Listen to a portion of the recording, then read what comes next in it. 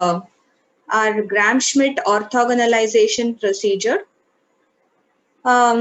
Just to brief up, like we finished discussing this almost till the end yesterday.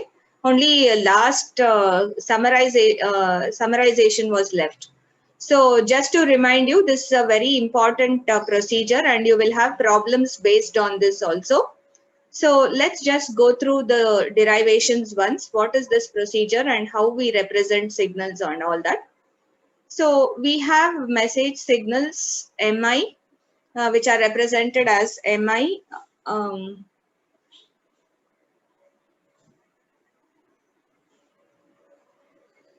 Okay, where I varies from 1 to M.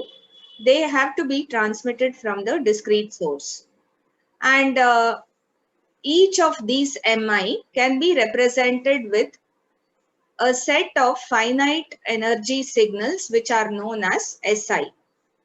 And this SI will in turn be represented using a linear combination of orthogonal basis functions, n orthogonal basis functions where the capital value of n is less than m. So what's the meaning of all this? I was telling you yesterday.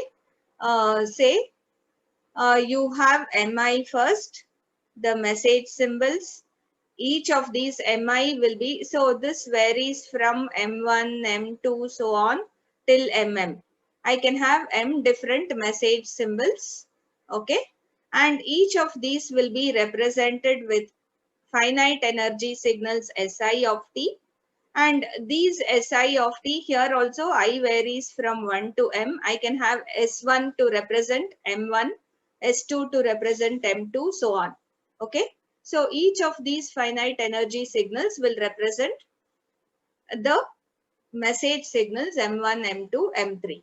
So you can have S1, S2 of t, S3 of t, so on. And now every individual SI value will be represented with a linear combination of n independent orthogonal basis functions.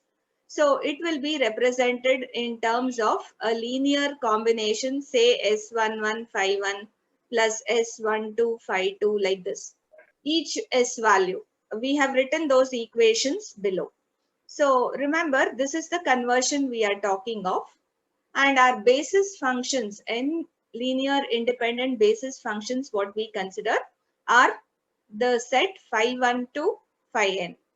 So all these functions are assumed to be real orthonormal basis functions. And remember what is orthonormal? Orthonormal property indicates that the inner product of the two functions should be 0 and the norm of each of the functions should be 1, which in turn means, how do I find the inner product?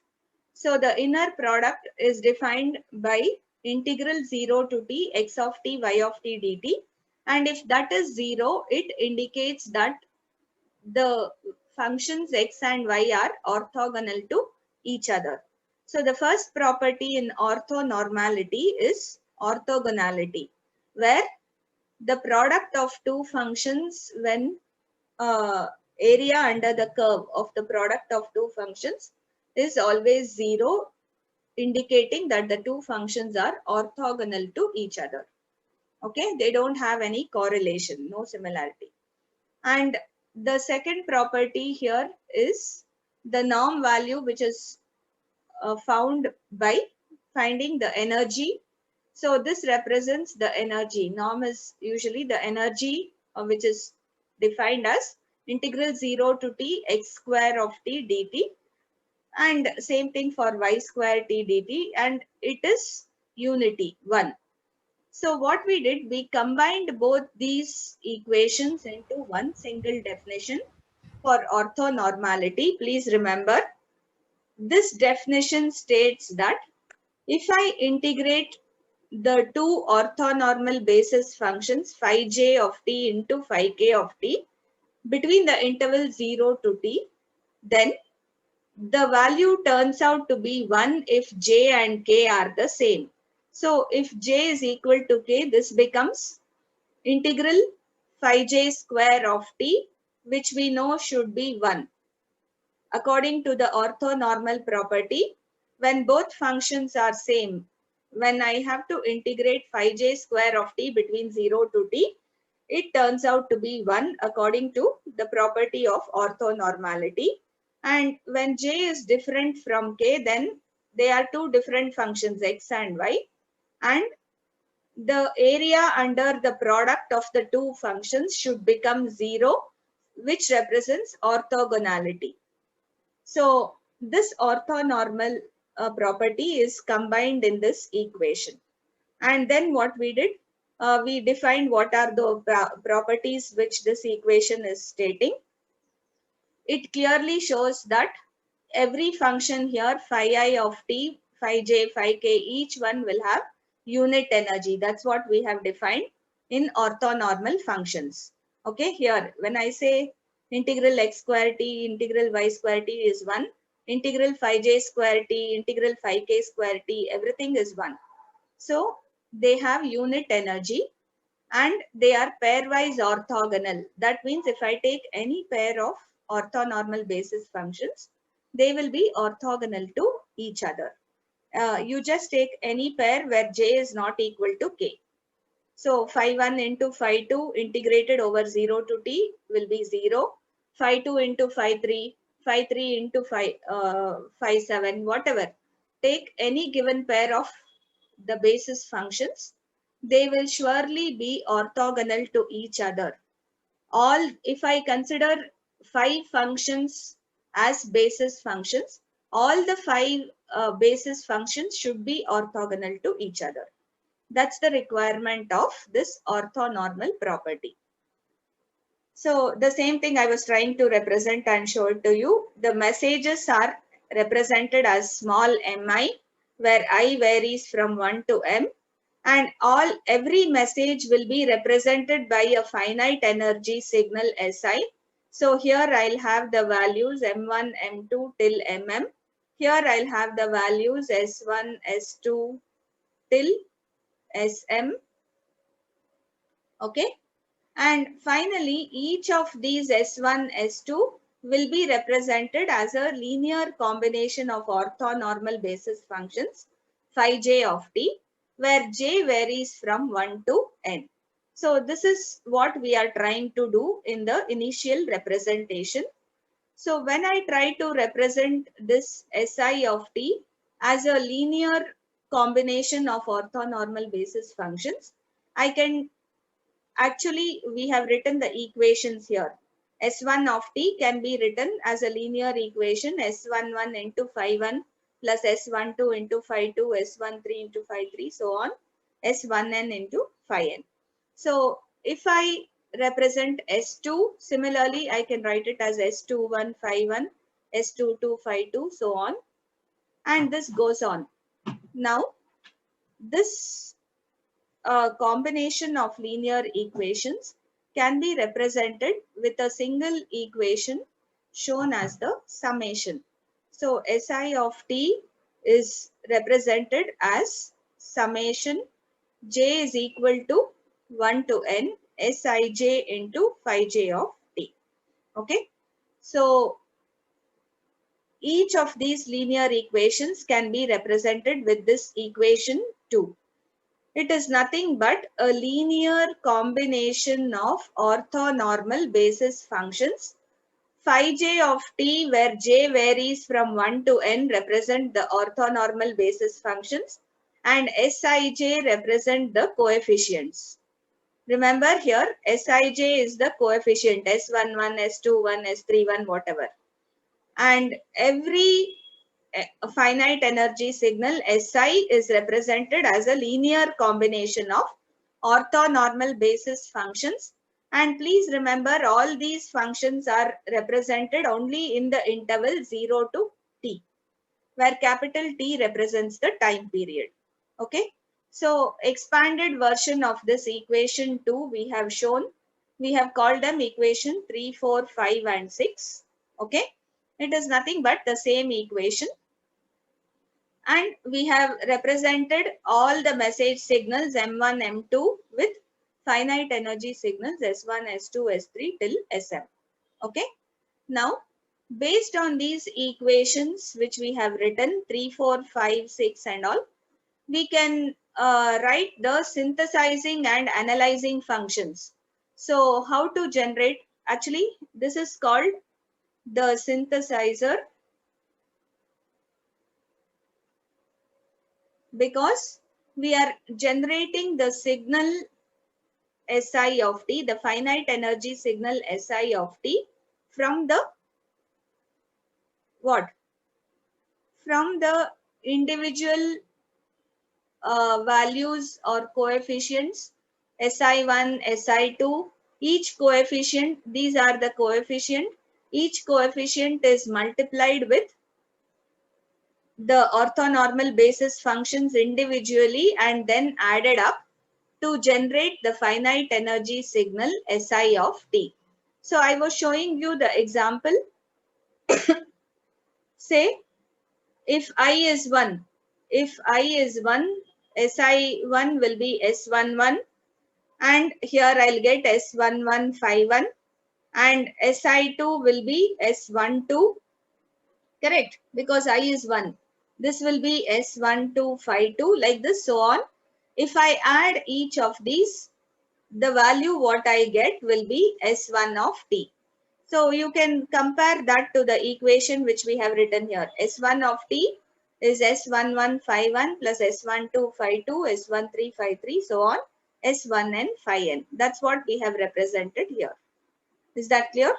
So this is called the synthesizing function where the value of the finite energy signal Si of t is synthesized by multiplying the coefficients with the orthonormal basis functions in the set.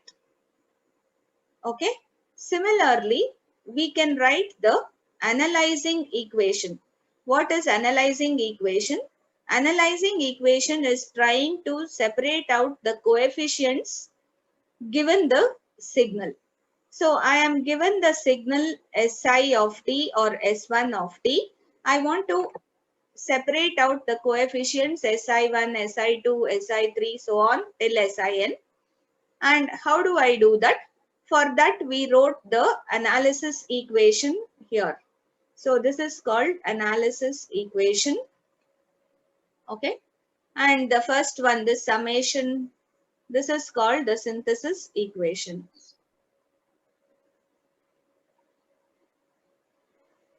So writing the finite energy signal as a linear combination of orthonormal basis functions is the synthesizing equation. And given the signal trying to get back the coefficients, here you are given the signal Si of t from which you are trying to get back the coefficients Sij by multiplying each of the Si values with the corresponding orthonormal basis functions phi j, where j varies from 1 to n, and integrating to find the area under the product. So how do I represent that in the form of a block diagram? You are given Si. Each Si will be multiplied with individual basis functions phi 1, and later on we have to integrate that. As you can see in this equation, Si multiplied with phi j for different values of j and integrate each product between 0 to t. Actually, this set is called the correlator. This set is called the correlator, which includes a multiplier along with an integrator. So we'll be talking about these commonly a little later. So in a correlator, I'm going to have both multiplier and the integrator. Okay. And when I do this to the given finite energy signal, I'll be getting back the coefficients. So after that, to find the Gram-Schmidt procedure, what is this Gram-Schmidt procedure useful in? It is the procedure used to find the value of the basis functions phi 1, phi 2, phi 3, so on, and also the coefficients given the signals S1, S2, S3. So you are given the finite energy signals. Using those finite energy signals, you are supposed to find the basis functions phi 1, phi 2, phi 3, and you are also till phi n. And also you are supposed to find the coefficients Si1, Si2, so on. Okay. So that is the concept behind this Gram-Schmidt method. And we'll proceed to find these values step by step. In step 1, I'll consider the first equation. I told you we'll be doing the analysis like how we consider superposition. So if there are many signals S1, S2, Si1, Si2, so on, I'll consider only one signal active at a time and the others are not active. So what I'll do, I'll take the first equation in this set, this equation 3. I'll consider all the other coefficients are 0 except S11. So when I did this, I could find the value. See, all the other coefficients are set to 0. I could find the value of the first basis function phi 1 of t. You have to remember these formulae. They are important in solving problems. All these formulae should be remembered. Phi 1 will be S1 by S11. So the given signal S1 divided by the coefficient S11. Now we have to find the value of this coefficient also. So how do I find the value of the coefficient?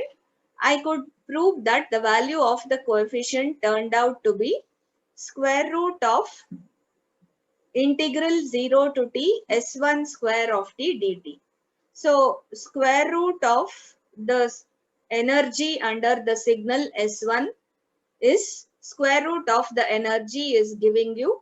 So if you want, I can write it as root E1. Energy under, this represents energy under the signal S1. So root of that energy is nothing but your first coefficient S11. Okay. Similarly, to find the second coefficient, we consider only the first two coefficients to be non-zero. Only first two basis functions exist and all others are 0. Then the equation reduces to this form and we could find the value of S21, the coefficient S21, and what? S21 coefficient turns out to be again another equation to remember. If not, you'll have to divide every time. So S21 is supposed to be integral of S2 into phi 1 over the period 0 to t. This gives me the second coefficient. Then I have to find the third coefficient S22. The value of S22 turns out to be root S2 minus S21 into phi 1 the whole square over the interval 0 to t and under a square root function.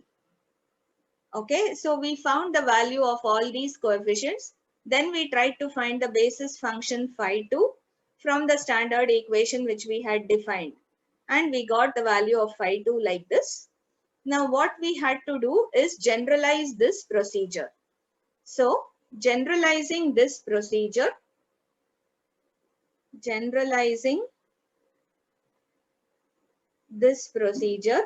we have shown it for two values. So on similar lines, if I want to find for the third value, I know I should consider the first three terms in the equation 5. Wherever I have defined as 3 of t, in that equation, I should retain only the first three terms with three coefficient values S31, S32 and S33 being non-zero, and the higher order coefficients are all 0. So when I retain the first three values, according to what we got in this, how do I define S31, S32 and S33? S31 can be defined. See, how did we define S21? S21 was integral of S2 into phi 1. Similarly, S31 can be defined as integral S3 into phi 1. So we are generalizing this procedure. Okay. So integral of S3 of t into phi 1 of t gives you the definition for S31. Similarly, S32 can also be defined as integral of S3 of t into phi 2 of t. Only when we have to define S33, we should follow this rule. How do we define S22? I am following that procedure. S22 is integral 0 to t S2 minus S1 into phi 1 the whole square. Similarly, I can write S33 as integral 0 to t S3. I have two coefficients here. So S3 minus S31 into phi 1 minus S32 into phi 2. Remember, I have to subtract two values. If I have to find S33, I should take this term also this side, this term also to the left hand side. So you can easily see you will get S3 minus S31 into phi 1 minus S32 into phi 2. Okay. So this whole square integrated and under square root will define the value of the third coefficient. And similarly, phi 1 and phi 2 we had defined from equations 1 and 2. From equation 3, if I try to define phi 3, same equation you use here. How do you, if you have to find S33, you shifted this. To find phi 3, same thing, S3 minus S31 into phi 1 minus S32 into phi 2 divided, whole thing divided by S33. That's all we have written. So this is a simple generalization which you can do for any number of values. So in step 4, we summarize this procedure. So the procedure mentioned above is continued until we find the n orthonormal basis functions phi 1, phi 2 till phi n and the coefficients Sij. All the coefficients should be found and all the basis functions should be found, and therefore using the n orthonormal functions phi 1 to phi n and coefficients Sij, where I ranges from 1 to m and j ranges from 1 to n, all the signals S1 to Sm of t, which represents the individual messages M1 to MM. So this represents M1, M2, MM. Each of these signals, they can be expressed as linear combination of orthonormal basis functions with n less than n. So just make a note of these things. One first thing is n is the number of linearly independent functions in the set S1, S2 till Sm. So how many independent functions are there? Remember, all these values phi 1 of t, phi 2 of t are all independent. They are all independent functions. Whereas S1, S2, S3 are dependent on phi 1, phi 2, phi 3. So please understand this concept of independent and dependent. Here you can see, therefore, if we have to determine phi 1, the independent functions, I know it will be proportional to the chosen signal S1. So S1 will be chosen and phi 1 will depend on that. Similarly, if I have to find phi 2 will depend on both S1 and S2 which has been chosen, so on. We are talking about the reverse procedure in Gram-Schmidt. We know the signals, we have to find the basis functions. So if you have to determine the independent basis functions phi 1, phi 2, to determine phi 1 will be always dependent only on S1. Remember, how did we define phi 1? Phi 1 was defined as S1 of t divided by S11. Phi 2 depended on S1 and S2, right? What was the value of phi 2?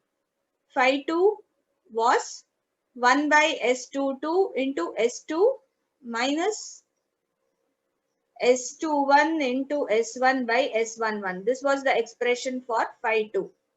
It depended both on S2 and S1. Okay.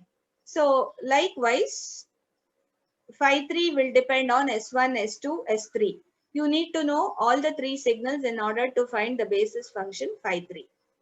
Therefore, the set of n orthonormal basis functions will not be unique for a given set of m signals. So for m signals, the functions, I can't say that what? To define S1, I will use only phi 1. To define S2, I will use only phi 2. It's not like that. The functions phi 1, phi 2, phi 3 will be used repetitively when I have to define the signals S1, S2, S3. That's what is stated in these equations. You can clearly see in these linear equations, to define S1, I have used functions phi 1 to phi n. To define S2 also, I have used the same functions phi 1 to phi n, S3 also. So they are not uniquely used to define the signals. They will be repetitive. That's all we mean. Is this clear? So this is about the procedure. Before proceeding to problems based on this, let me just uh, write the geometric interpretation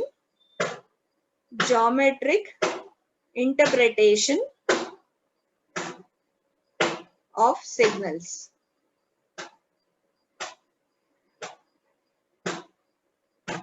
So almost everything we have already done in this geometric interpretation.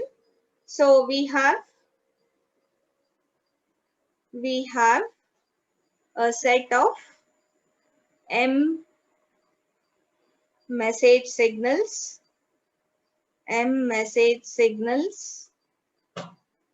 represented with m finite energy signals Si of t for I ranging from 1 to m, each defined in time interval 0 to capital T. Okay. Now we also have n which is always less than or equal to m, n less than or equal to m linearly independent, let's say linearly independent signals.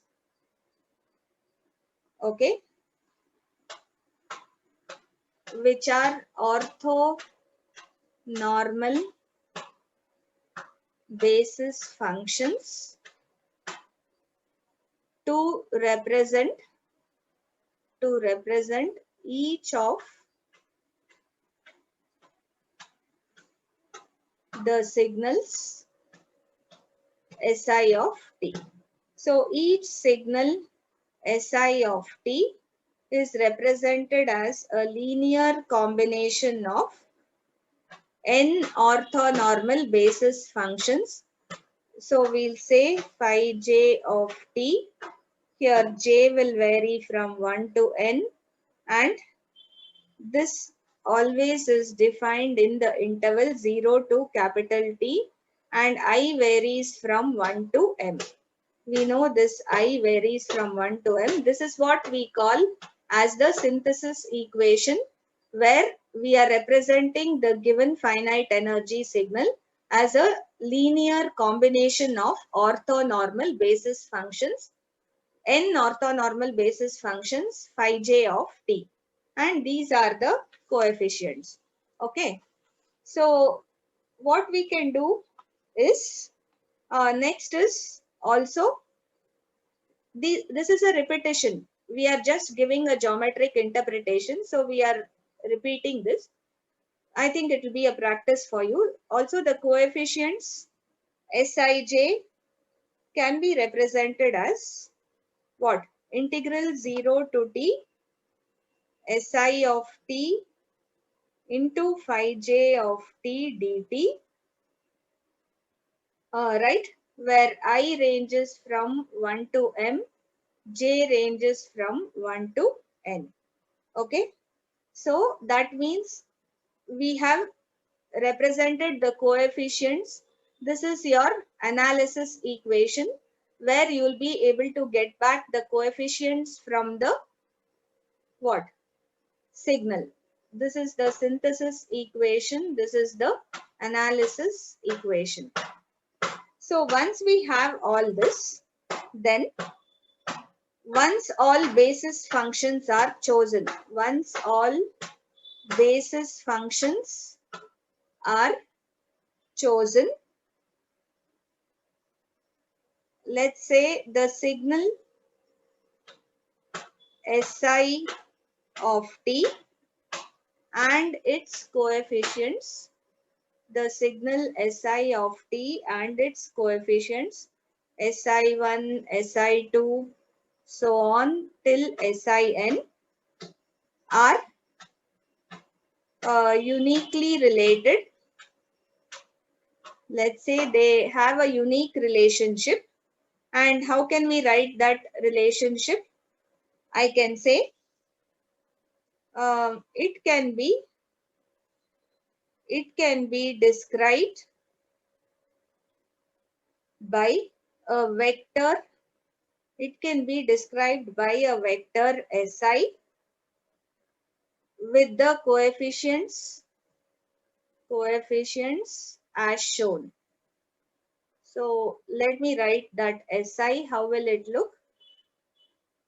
Si can be written as a set of these coefficients Si1, Si2 till Sin, okay, where I ranges from 1 to m. We know that this is a vector, okay. We are representing the given signal Si of t with a vector Si.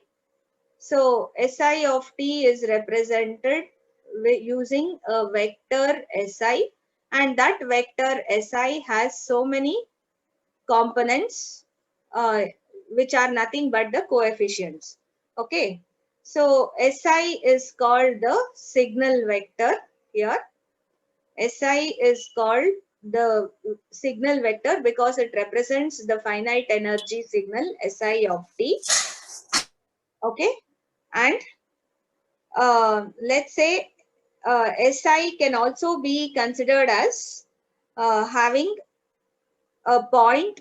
Si can be one point in Euclidean vector space. I'm talking about geometric representation.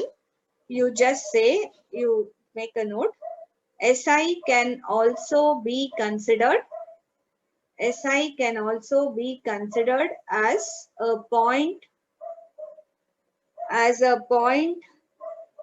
in an n-dimensional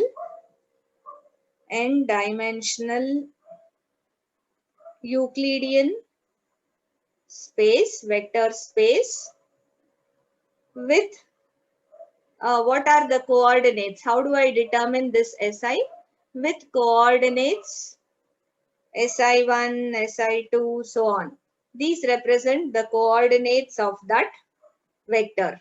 So Si is one point in that vector space with coordinates Si1, Si2, Sin.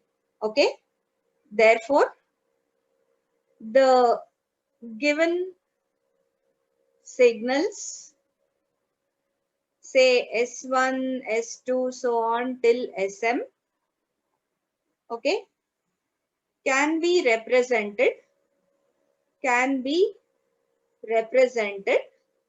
as m points represented here. If you want, you say S1 of t, S2 of t, Sm of t can be represented as m points represented by vectors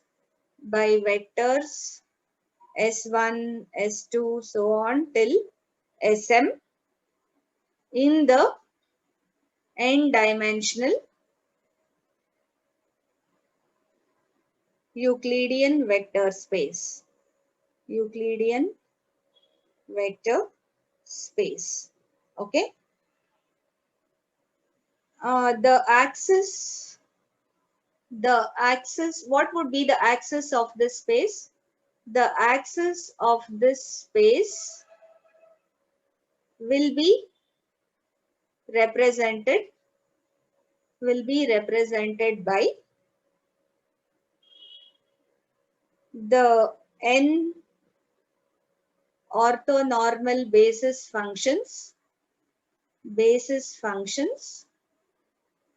phi 1, phi 2, so on, phi n of t, or you can consider the vector values as simply phi 1, phi 2, so on, phi n. If I write them as vectors, their vector values will be phi 1, phi 2. They will actually form the different axes in that Euclidean space. Okay. So what do we call this n-dimensional? You just say note n-dimensional Euclidean space. N-dimensional Euclidean space is also known as the signal space. Remember, we spoke about signal space initially when I spoke about the prerequisites. So this n-dimensional Euclidean space, what we are defining, where the axes are represented with the basis functions phi 1 to phi n, and the signals S1 to Sm will be represented as points in the signal space. This Euclidean space is also called as signal space, and it is also known as signal constellation. You have seen constellation diagrams when you have done your lab. So what is this signal constellation or signal constellation diagram? It is nothing but the representation of a given message function in terms of signals and representing each of those signals as points in the signal space. So example, I'll show you how it looks. Say for example, I have two orthonormal basis functions, phi 1 and phi 2. So example, you say consider two basis functions, phi 1 and phi 2. Remember, they should be orthogonal to each other. When you are drawing this constellation diagram or the signal constellation, the axis will be formed using the basis functions, and those axes should be orthogonal to each other. And then how do you represent the signals? Say I have the values 1, 2, 3, so on, minus 1, minus 2, minus 3.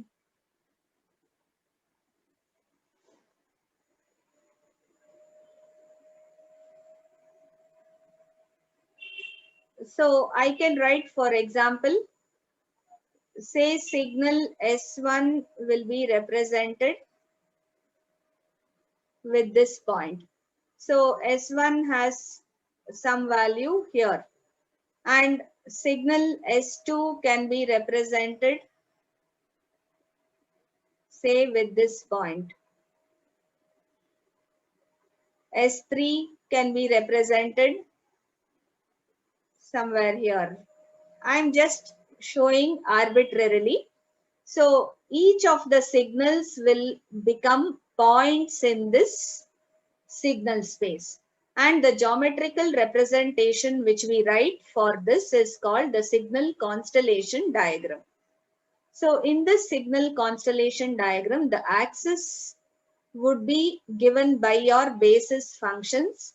So if you have two basis functions, which is the most common thing, the two basis functions will be represented as two different axes which are orthogonal to each other, and then each of the signals which are represented as vectors will be written as different points in this signal space diagram. Each one will be a different point in this signal space diagram. So I'll show you an example now. We'll take some example problems so that this concept will become much more clearer to you. Okay. So let's just take an example. You can just write down. Let's do some problems based on this so that this concept becomes clearer to you.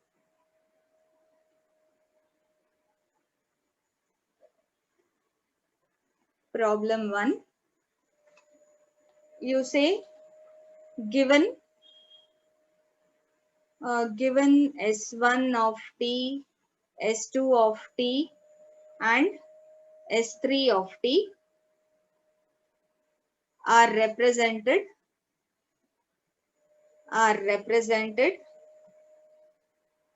using two basis functions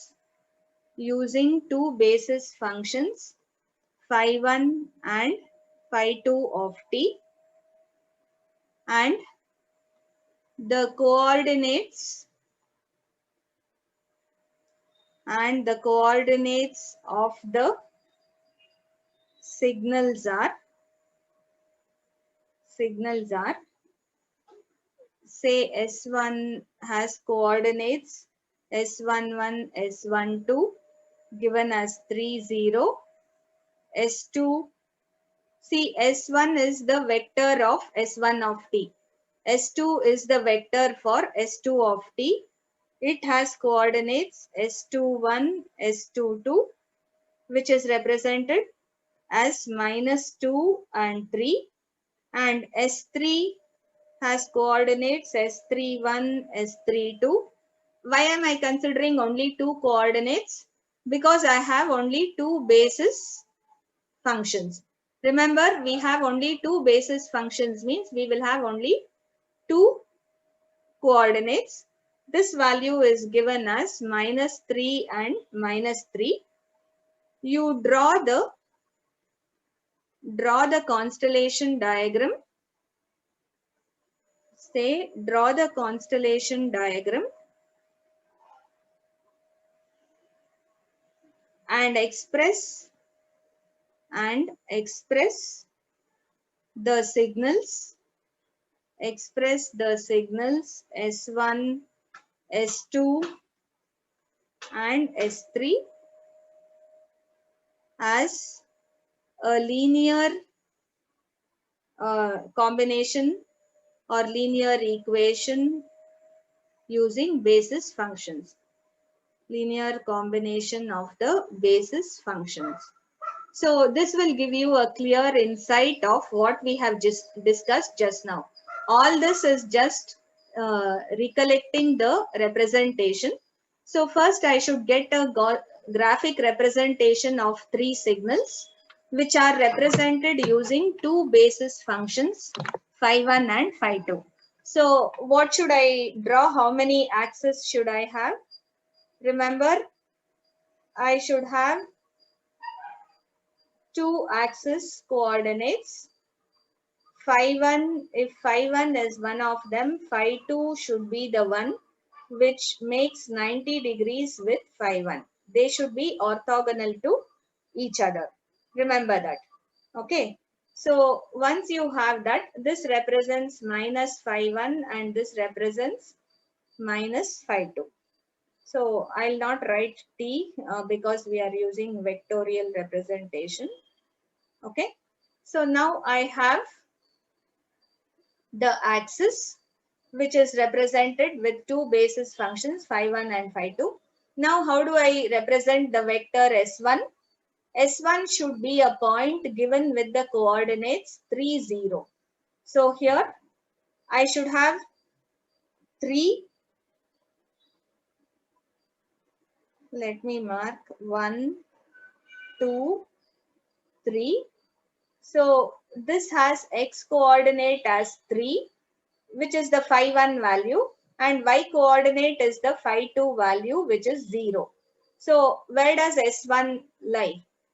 The point S1 is here. This represents the point S1 corresponding to the value 3, 0.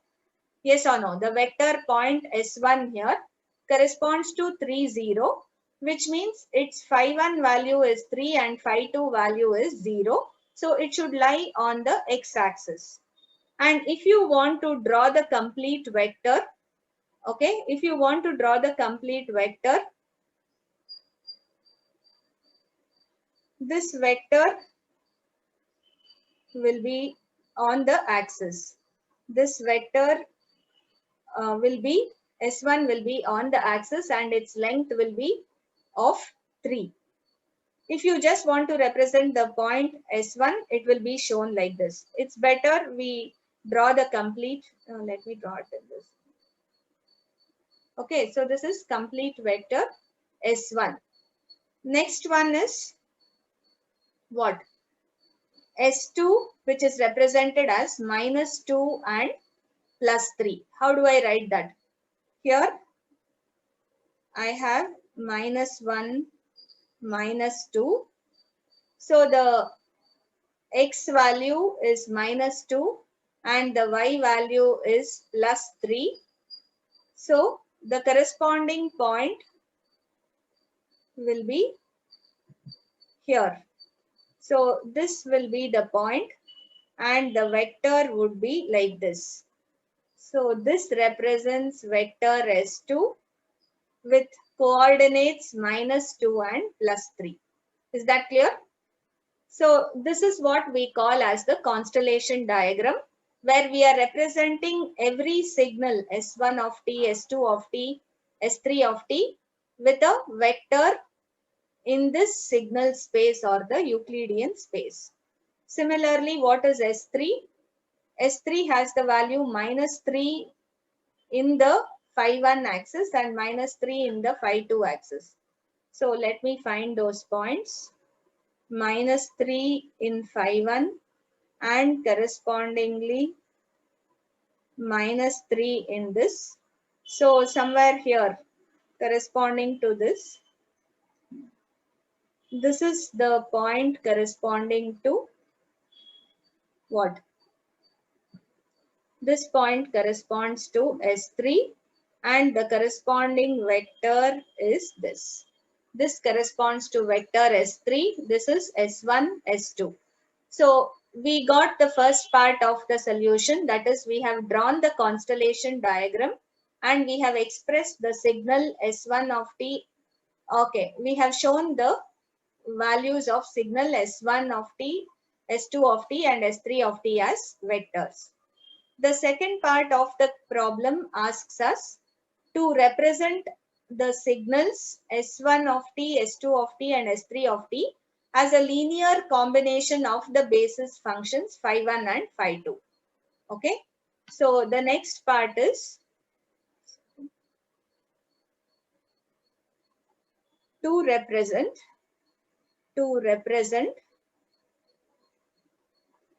S1 of t,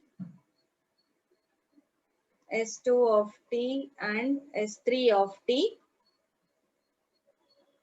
in terms of phi1 and phi2. What should we do? We know that what is S1? S1 is represented as 3, 0, the coordinates. This corresponds to S11, this corresponds to what? S12. Yes or no? The coefficient values. And this will be the coefficient of phi1.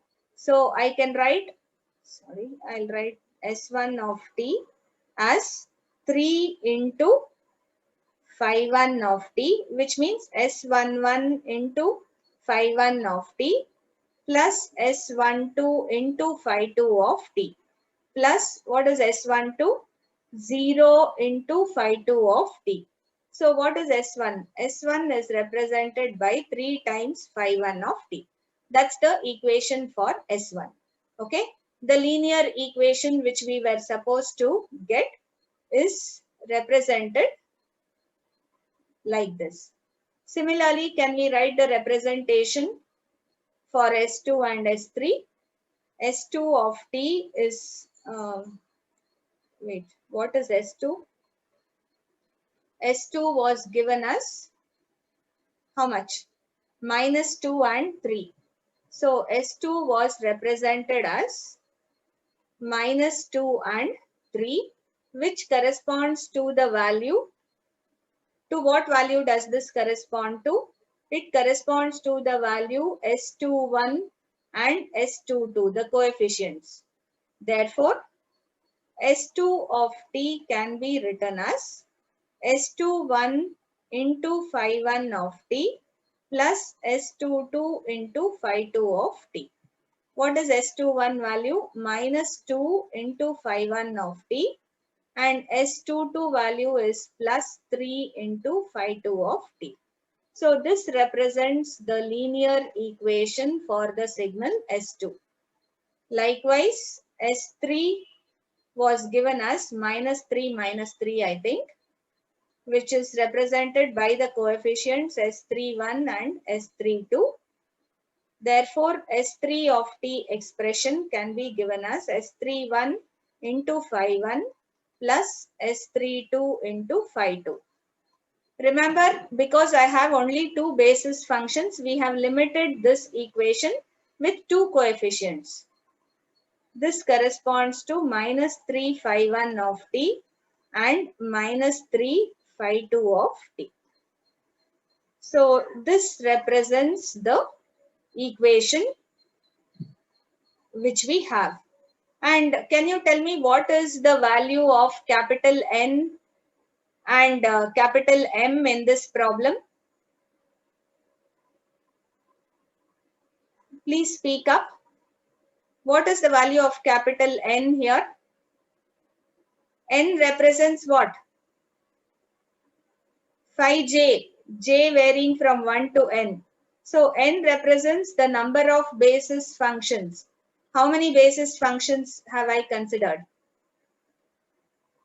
2. Phi1, phi2. Only two basis functions, phi1 and phi2. So the capital N value is represented as 2. What about the number of messages we have considered? In this problem, how many message signals are there? S1, S2, S3. Remember, each finite energy signal S1, S2, S3 represents an individual message signal.